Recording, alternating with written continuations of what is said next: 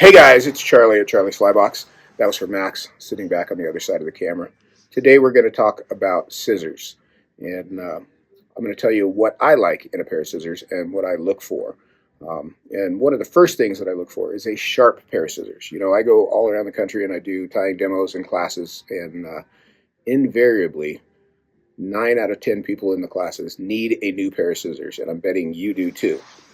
If you've got to chew through materials to cut them off, if your scissors don't slice right through it, throw those things in the trash and get a new pair.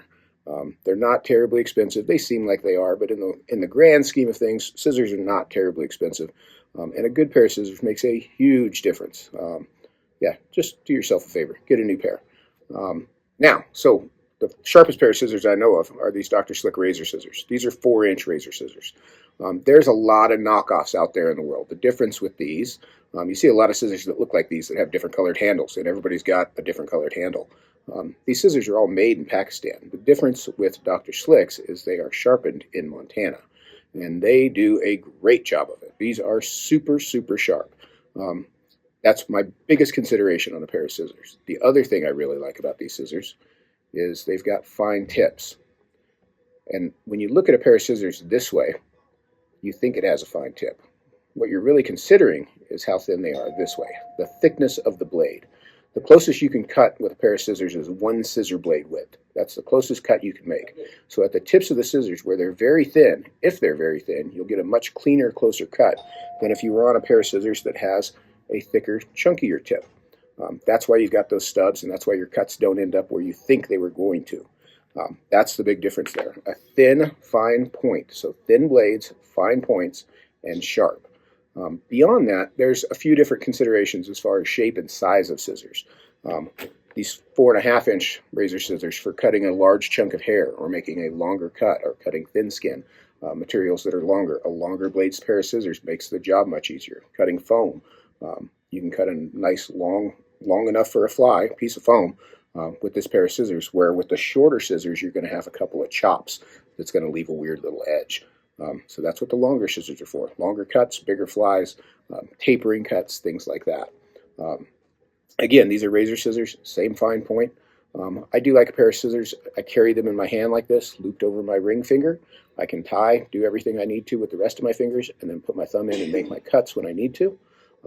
But I like a pair of scissors that sticks out of my hand a little bit. I don't have terribly large hands, but these do have oversized finger holes, make them easy to get on and off, but don't put them down either. That's another big trick for scissors.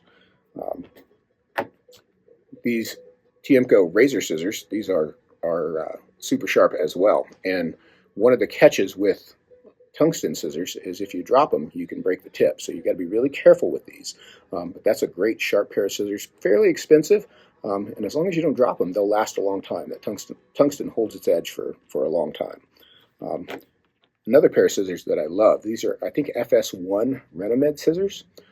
This is a longer pair of scissors with a short blade. So short, fine tip, very thin blades. They stick out of my hand. They're very comfortable for me to tie with. And I like this for finer work. I can support just right at the tip and make my cuts exactly where I want with these scissors.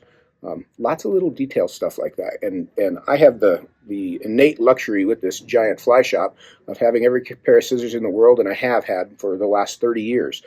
So I get to use a lot of scissors, and I'll tell you, the ones that I like, I'm not shy about. And I'm not too terribly shy about the ones I don't like. If you don't see it on our site or on our wall, there's a reason for it. We pick the good stuff, and we would never steer you wrong. Renomeds, Dr. Slicks, Tiemco's, those are the best scissors going.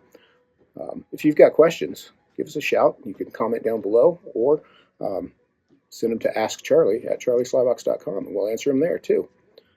That's our little diatribe on scissors for today. I hope you enjoyed that. Thanks for watching.